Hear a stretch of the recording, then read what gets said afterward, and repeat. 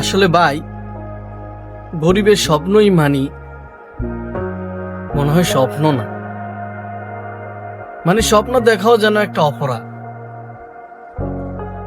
আমি একদিন বলেছিলাম সবার সামনে একটা চাকরি পেলে মায়ের চিকিৎসা করাবো।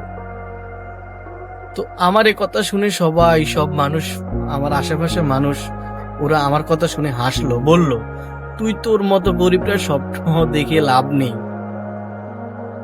আমি চুপ করে থাকি, কারণ আমি জানি গরিবের কণ্ঠস্বর নিচু, আমাদের কথা কেউ শোনে না, আমাদের চোখের জল থাকলেও কেউ দেখে না।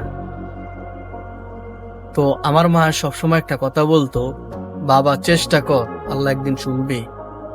আলহামদুলিল্লাহ, আল্লাহ তো অবশ্যই শুনে, ইনশাল্লাহ আল্লাহ আমাদের কথাই শুনে।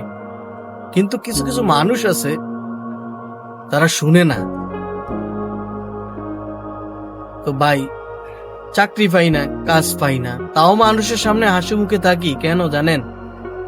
কারণ কাঁদলেই মানুষ বলে নাটক করছি। এই সমাজ গরিব মানুষ দেখে না, অসহায় মানুষ দেখে না, তারা শুধু দেখে কার কাছে কত টাকা আছে।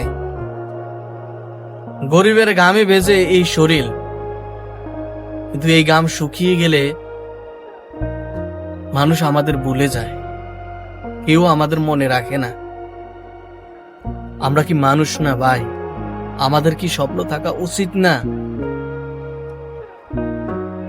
আমি একটা কথা আজ বলতে চাই, গরিবের কান্না হয়তো নীরব, কিন্তু এটাই সবচেয়ে জোরে বাজে, যার শব্দে কানে না লাগলেও মন ভেঙে দেয়। আমি গরিব, তবু আমি মানুষ। যদি মনে হয় আমার কথাই সত্যি কিছু আছে, তাহলে ভাই একবার শেয়ার করে দিও ভাই।